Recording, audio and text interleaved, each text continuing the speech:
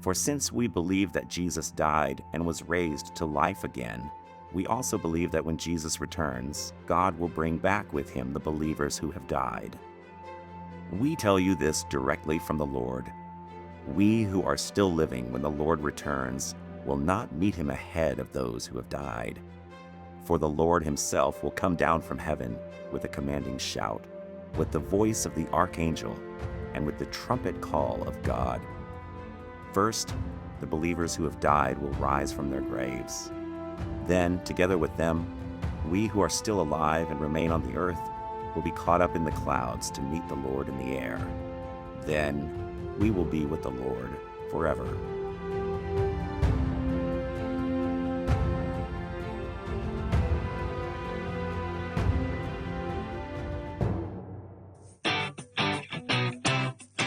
Hello there, I am Ray Lizardo, and I'd like to welcome you all to Face Down Sunday. How are you, everybody?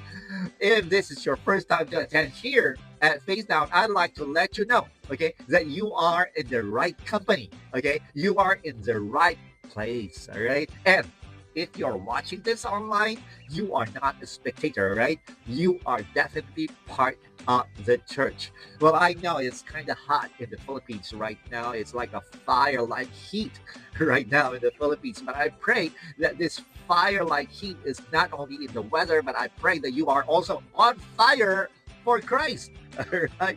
And so today is the last installment or the last episode of our series entitled Nothing Left to Add. Now what?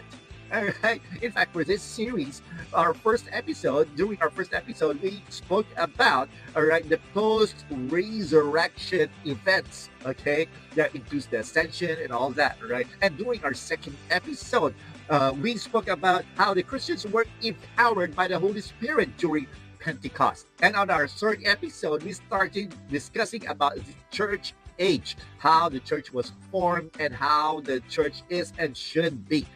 And last week, Erwin and Josh really did a fantastic job, okay, discussing about the present age of the church. So if you see them around, kindly you just give them encouragement because they really did a good job. Okay, and today, as I mentioned, it's the last installment of our series, and so we are gonna talk about the last days. All right. Somehow we have a term for that, and it's called eschatology. But of course, eschatology is really big, so we can only talk about a nugget of it. Okay, not even because they're really huge.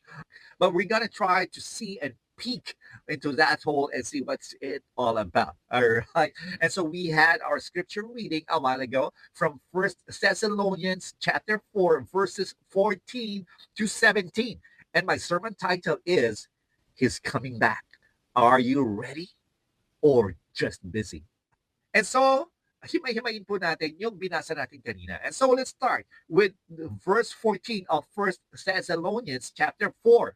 Okay? Sabi ganon, yung unang linya, sabi ganon, for since we believe that Jesus died, for since we believe, that means to say it's a given fact that this is for Christians. Okay? Ibig sabihin nun, sinasabi ni Paul, since naniniwala tayo sa gospel, okay, dapat yung hope natin, okay, sa future, naka-based din sa gospel. Okay, your future hope must be built on what Christ has already done. You see, Jesus entered death, so his people would never face death without hope. Okay? Okay. So, yun ang natin, living hope natin. Yan ang pinag-uusapan natin. Tapos sabi niya gano'n, no? For since we believe that Jesus died and was raised to life again, ito yung foundation.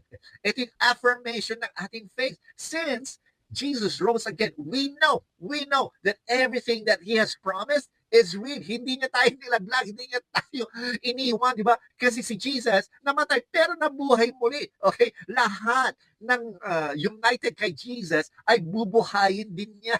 Okay? Hindi ito parang, wow, comforting thought lang. No, hindi lang yung sana okay sila. No. This is a sure hope. Okay? Dahil buhay si Kristo, that means to say, may resurrection din ang mga believers. You see, the resurrection of Jesus is the guarantee of our resurrection. Sabi sa next phrase, sabi na, we also believe that when Jesus returns, okay, ang ibig sabihin nun, dahil sa nangyari ito kay Jesus, mangyayari din sa atin ito. Tapos sabi niya gano'n, God will bring back, Again, God will bring back. Nakikita natin dito, yung subject dito, hindi yung mga tao, okay? Hindi yung mga nangyayari. Ang subject dito si God. Siya ang kumilos, siya ang nag-orchestrate, siya ang mag-bring back, siya ang magbabalik, di ba? Walang iba. Siya ang magbabangon, siya ang mag-gather at magdadala sa people niya kasama si Jesus. So yung mga believers na namatay, hindi sila forgotten. Okay? Yung mga mga kilala natin na namatay pero sila ay Kristiyano at talagang namang sumuko sa Panginoong Jesucristo, hindi sila kinalimutan ng Panginoon, hindi sila late, hindi sila left behind. Okay, remember this, okay? God will not lose anyone who belongs to Christ. Di ba? Kaya kung ikaw ay nakay Kristo, ay nako, sure ball ka kapatid, hindi ka nilalaglag ng Panginoon. In fact, no, yung word na died, sa mga ibang version, ang tawag nila doon, ang term na ginagamit, sleep. Pero hindi ito yung tulog na ibig sabihin, natutulog lang. Ibig sabihin, sinasabi ito, kaya yung term na sleep ang ginamit, ibig sabihin, di ba, ang natutulog, di ba, nagigising din? Yun ang ang significance nun. Kaya yung sa ibang version na ginagamit nilang term dito is for those who are sleeping. Ibig sabihin, magigising din sila. Ang hope nila ay hindi sa kanilang kakayahan, kundi ang Panginoon ang gigising sa kanila, hindi dahil sa magaling sila, hindi dahil sa mabait sila, hindi dahil sa perfect sila, na napaka-imposible naman, wala namang perfect sa atin, di ba? Ang hope nila is because they belong to Christ. And so that's why, remember this, death is temporary for those who are in Christ. Again, death is temporary pagka na kay Kristo ka. Grabe, di ba? Ang sarap ng security noon, ang sarap ng affirmation na yun, di ba? Hindi dahil lang sa hindi tayo mamamatay spiritually, kundi makakasama natin ang Panginoon. Di ba?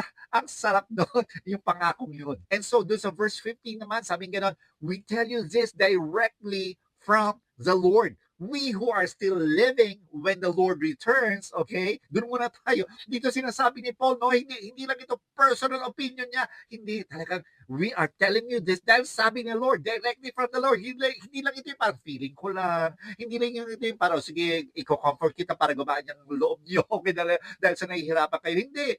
Ang comfort na binibigay ni Paul dito is hindi galing sa salita niya, kung hindi sa salita ng Panginoon. Kaya ito tatandaan mo, pagka may sinabi ang Panginoon, okay, maging at peace ka dahil sigurado yun. Sometimes akala natin, no, parang hindi yata tama yung sinasabi ng Lord, magkakagulo, pero parati yan. Pagka may sinabi ang Panginoon, sure ka na doon. Kaya pag kami sinabi si Lord, huwag mong iintindihin kung ano yung sinasabi ng mundo. Huwag mong iintindihin kung ano yung mathematics ng mundo. Okay, ang intindihin mo at ang pagtiwalaan mo, pagka may sinabi ang Panginoon, sure ball ka. Kaya ang dapat, tayo sa mga galawan natin dito sa mundo, hindi dapat ang hinahanap natin is yung kwenta ng mga sitwasyon natin sa buhay. Hindi natin dapat hinahayaan na tayo ay makumbinsi ng mga sitwasyon na binibigay sa atin ng mundo. Ang importante, kung ano yung sinabi ng Panginoon, doon tayo magtiwala. Kasi tayo, ang nakikita lang natin, we only see small fragments of what is to come. But God knows the entire picture. So kanino ka? Diba? Kanino ka magtitiwala? Magtitiwala ka na sinabi ng mundo, ganito. Sinabi ng kapitbahay ko, ganyan. Sinabi ng kaibigan ko, ako daw ay ganito. Hindi. Hindi, di ba? Dapat ang talagang pinaniwalaan mo kung sino ang gumawa sa iyo, ang Panginoon. Siya ang may otoridad at siya ang sumulat ng buhay mo. Sa Kanya ka magtiwala. Di ba? Kaya pag may ganito, may peace of mind ka na kahit na anong nangyayari sa buhay mo, okay lang yan. Bakit? Kasi ang Panginoon, sovereign siya. Siya ang may authority. Tapos provident pa siya. Talagang siya yung may power na gawin lahat ng kanyang kagustuhan na mangyari. Parang last week, di ba, sinasabi natin, detours are not actually detours. It's part of the route, di ba? Kumbaga pagka, kunyari, nag-Waze ka, okay? O kaya Google Maps, di ba? Yun yung ginagamit natin para hindi tayo matraffic o ano. Pagka pinapaikot ka ng Waze o kaya pinapaikot ka ng Google Maps, hindi dahil sa pinalalayo ka, kundi yun ang tamang daan during that specific time. Di ba? Ano ba naman yan? Kung ang Waze at saka Google Maps, naniniwala tayo, paano pa kaya ang Panginoon? Kung yung Waze satellite lang ang nando'n para nakikita niya yung, nakikita lahat ng daanan at traffic sa kalye, paano pa kaya ang Panginoon na hindi lang traffic ang nakikita, kundi lahat ng mga nangyayari, hindi lang niya nakikita, hindi lang siya, nagre-react, kundi siya mismo ang nag-ordain ng lahat ng nangyayari. Kaya ito kapatid, pagka may sinabi ang Panginoon, panghawakan mo yun.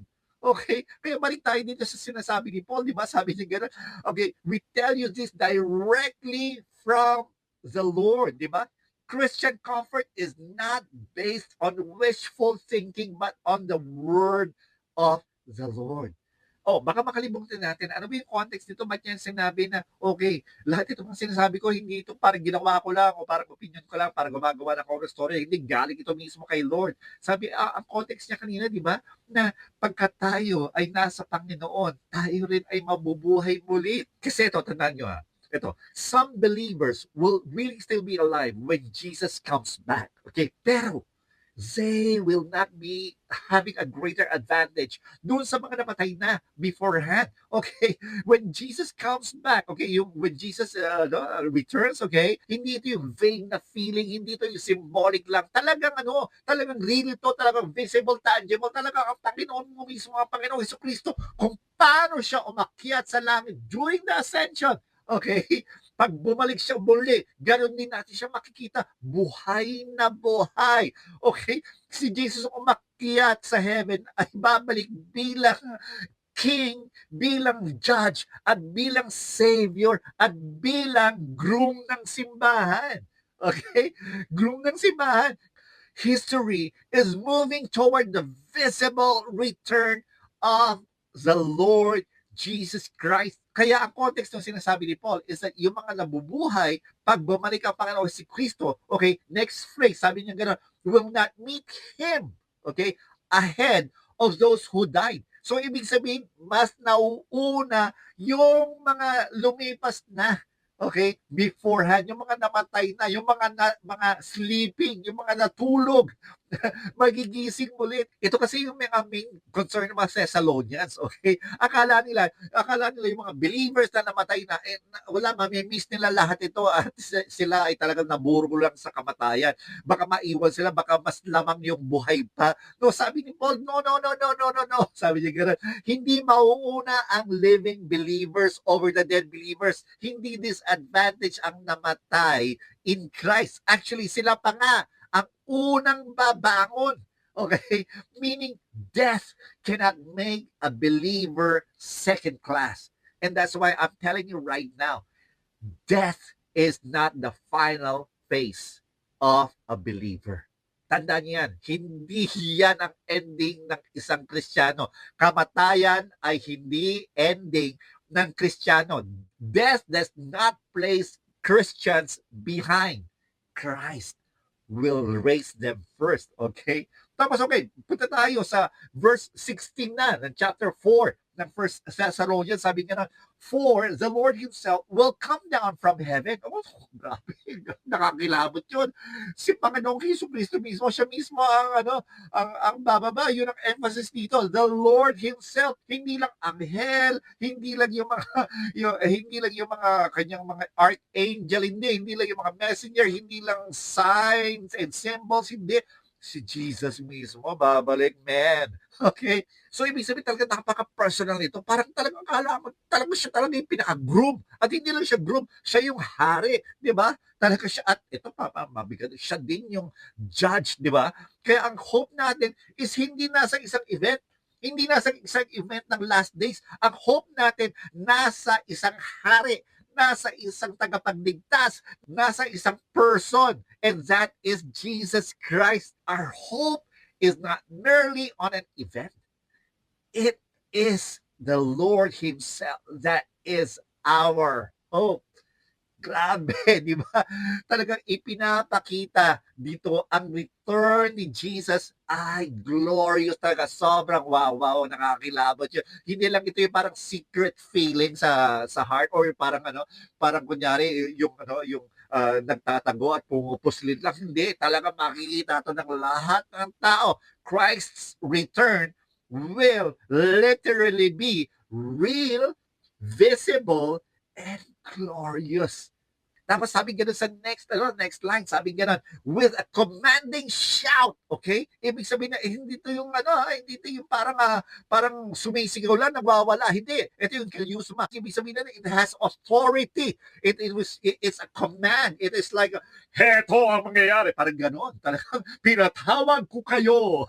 Parang gano'n ang dating. Talagang siya talagang hari talaga. Siya talaga ang hukom. At siya rin ang magliligtas sa'yo. Talagang yung command niya, yung authority niya, yung victory niya, yung kelyusma, okay, yung sigaw niya, hindi weak ang return ng Panginoon.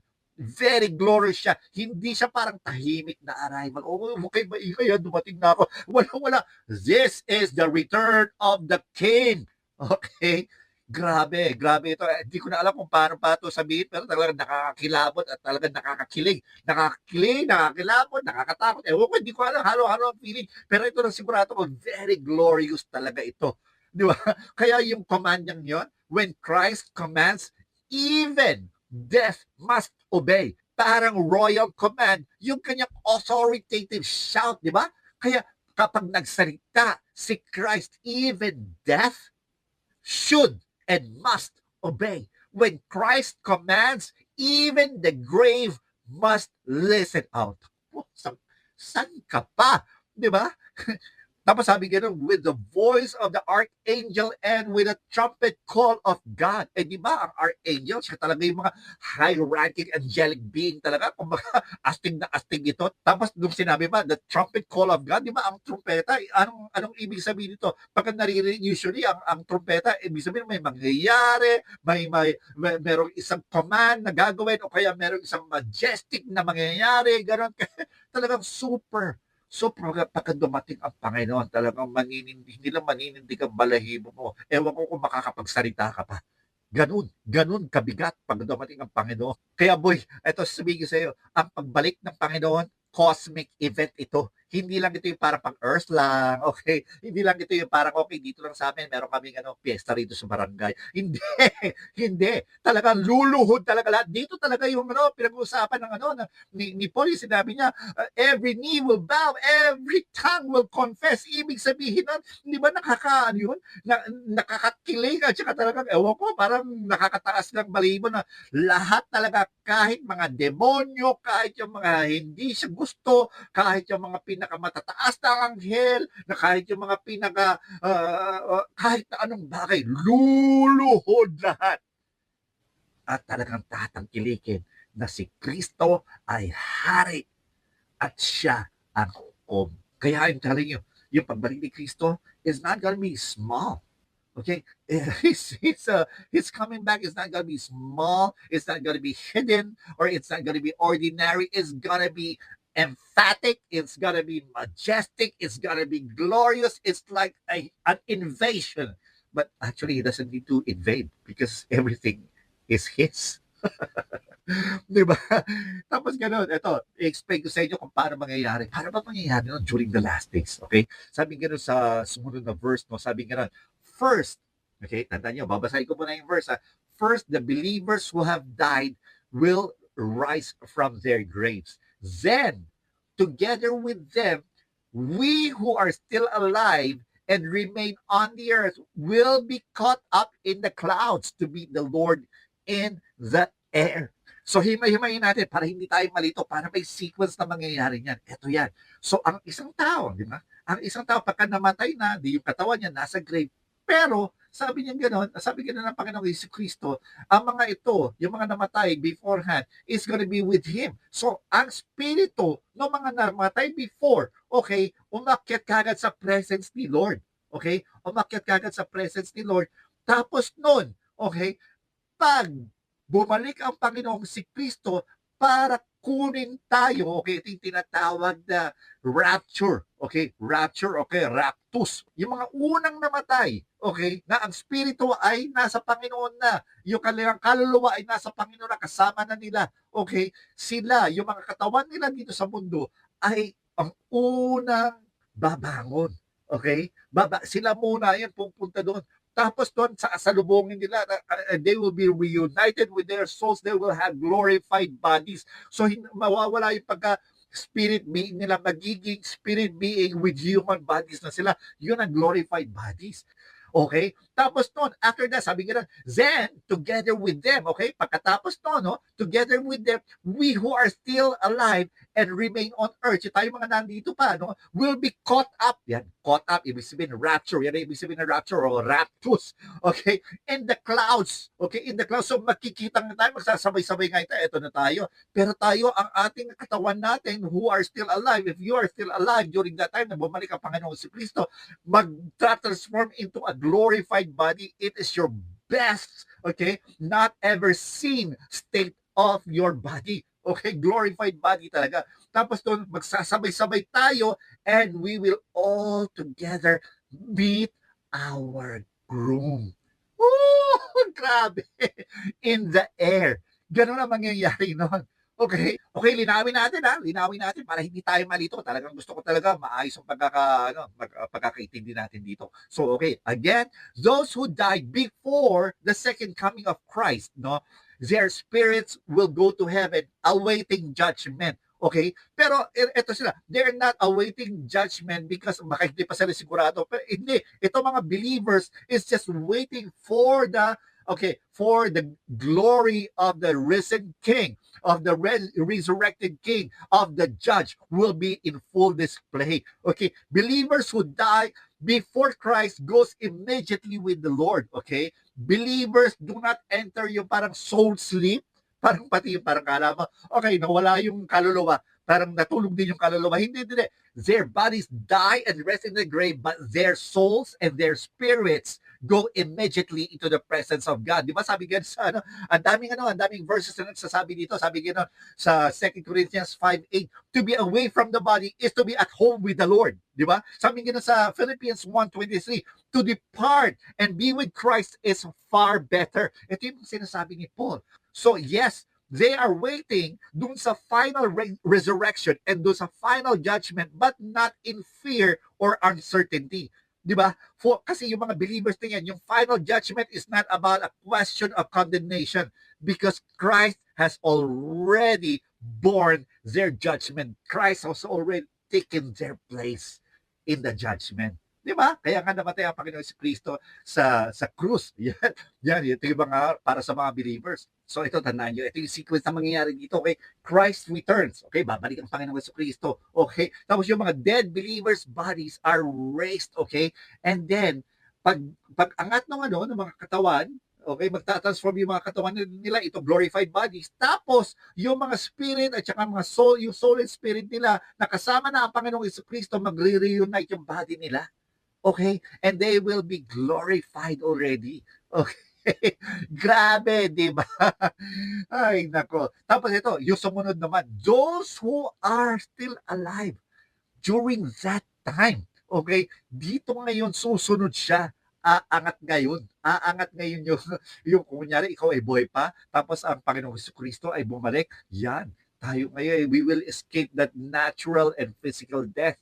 Okay? Tapos our bodies will be transformed. And then, ito yan, tapos sasalubungin natin, sasabay tayo dun sa mga namatay beforehand na nag-glorify na at imimit ang Panginoong Kristo in the air. Wow, grabe yun. So, yes, this event is not even about Christians or the resurrection of the saints. Rather, this event is about all followers and Christians of Christ will come together to glorify their King and their Savior. Woo! Grabe. Diba? Nakakakilig pero parang nakakatinding balahibo. Hindi ko alam, di ba, kung paano hinanda ng ating Panginoon ang kanyang kasalan sa kanyang bride. Tayo yun. Nakakakilig. Ito yung pinaka-climax ng passage. We shall always be with the Lord. Grabe. Hindi lang resurrection, hindi lang reunion, hindi lang heaven, hindi lang escape from pain, hindi lang no more pain, no more crying, hindi lang, kundi ito yung greatest promise. Ano yung greatest promise? Forever, eternally, kasama mo visibly ang Panginoong Hesus Kristo. to. Oh, di ba? Wala nang separation, wala nang death, wala nang fear, wala nang uncertainty, forever with Christ. The final reward of a believer is the Lord Himself. And we are gonna be with Him forever, eternally. And so I'd like to show you a graph, this one. Okay, here in this graph, we can see the death, ang unang nakalagay dyan, di ba? Jesus' death, resurrection, and ascension. Okay, this is where actually everything started or starts. Okay, Jesus died on the cross for sinners. He didn't die to be a good example. He died as our substitute, di ba? Hindi siya yung tumanggap ng judgment na dapat para sa atin, yung guilt, shame, sin, and punishment natin, siya lahat ang tumanggap. The hands that were nailed on the cross are the same hands holding your life right now. And ang sumunod sa graph natin is yung church age. Okay? Ito yung pagkatapos ng ascension ni Jesus. Right after He ascended, the church was given a mission to preach the gospel and make disciples. Yan ngayon. In fact, hanggang ngayon, tayo ay nasa church age pa rin. Diba? But here's the thing. Jesus is not just looking for a religious activity. He wants hearts that will burn for Him. Is your heart burning for Him? Are you really a church? Or are you just attending a church service? Diba? Tapos, ang sumunod sa graph na nakita natin is the rapture. Okay? The image shows three views or three school of thoughts. Meron tinatawag na pre-trib, meron tinatawag na mid-trib, at saka yung post-trib. Ano ba ito mga to? Yung pre-trib, meaning to say, parang yung rapture, mangyayari bago ang tribulation. Okay? So, hindi mararanasan ng Kristiyano ang tribulation. Ang mid-trib naman is in the middle of the tribulation, darating ang Panginoon para kunin niya ang kanyang bride. Tayo yun. Okay? Ito naman, yung post-trib naman, ito yung ang school of thought natin, it means that the gathered church, okay, will be taken away after the tribulation at His visible return. Okay?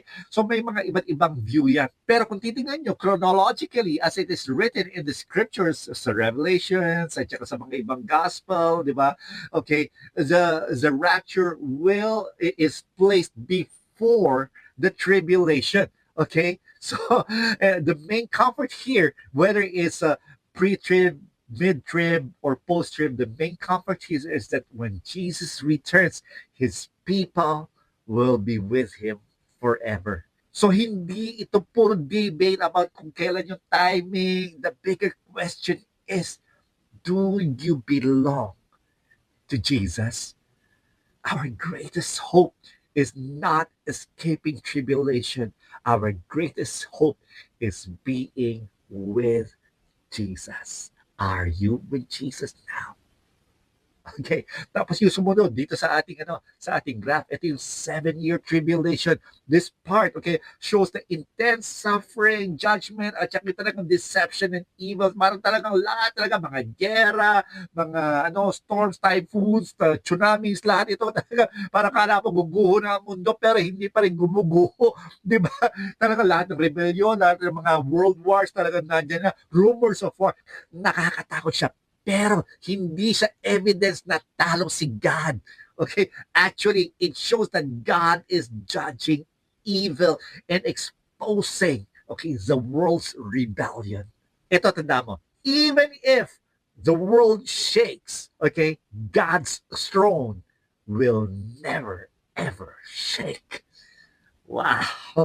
Tapos yung sumunod naman sa graph natin, yung nakalagay doon is the second coming of Jesus. This is the moment that everything changes. The first time Jesus came, He came in humility. But this time, when He comes the second time, He will be coming with full glory, with all power, and with all majesty. Hindi na siya yung parang, sige, wag niyo munang sabihin na ako yung Savior. Hindi ganun. He will be coming as a king.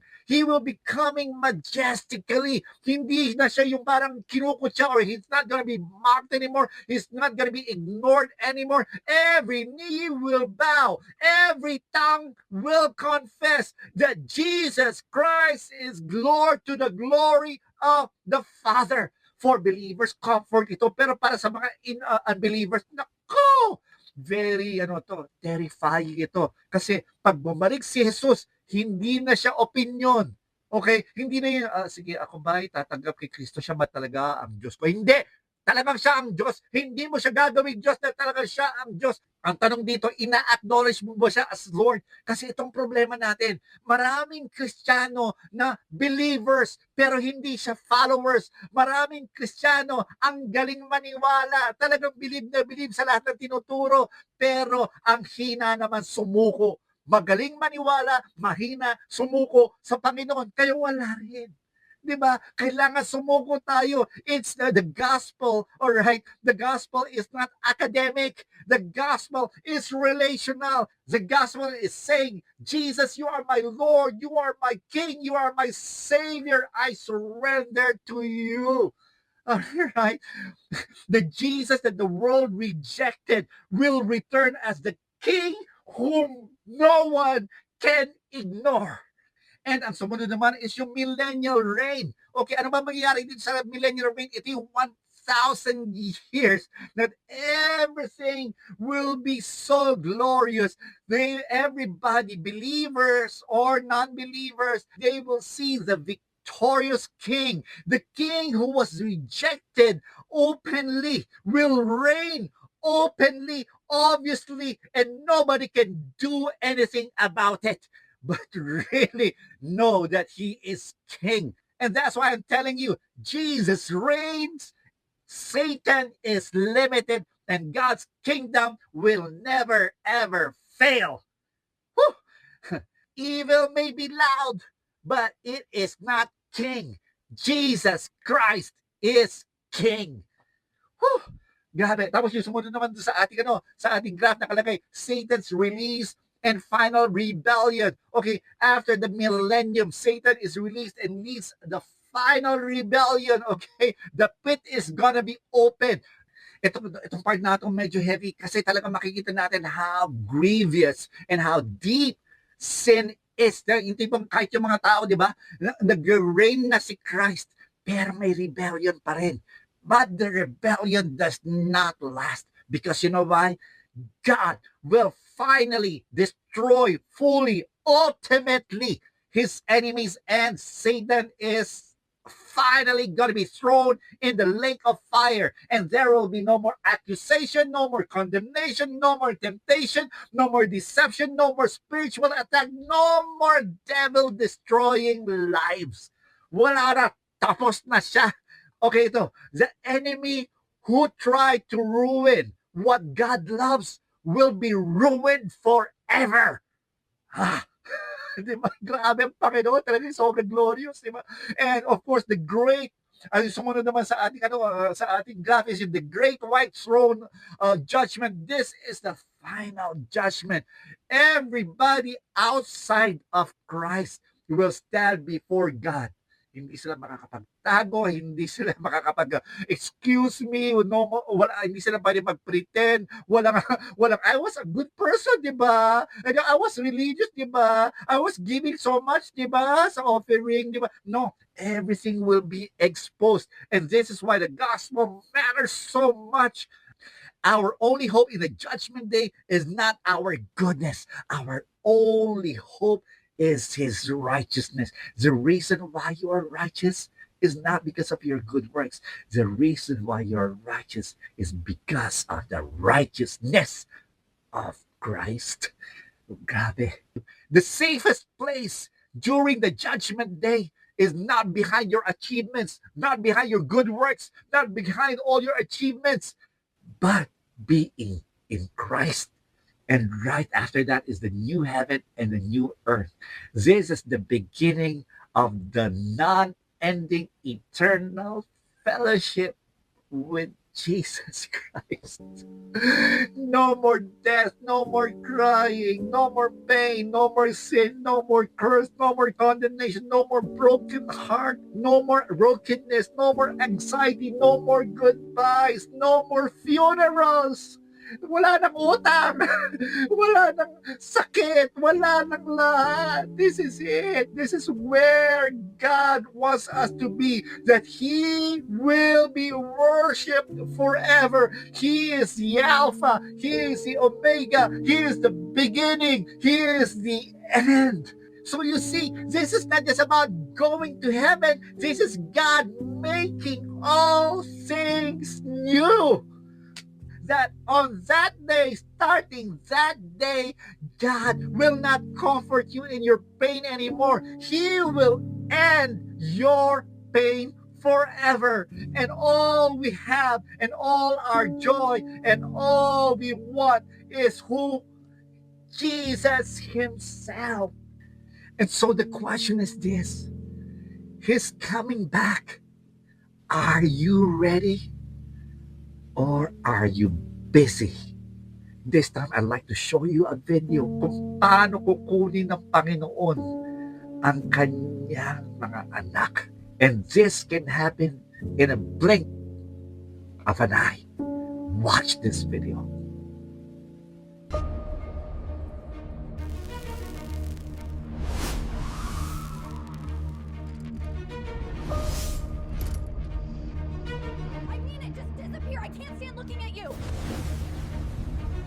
Wait, what are you doing?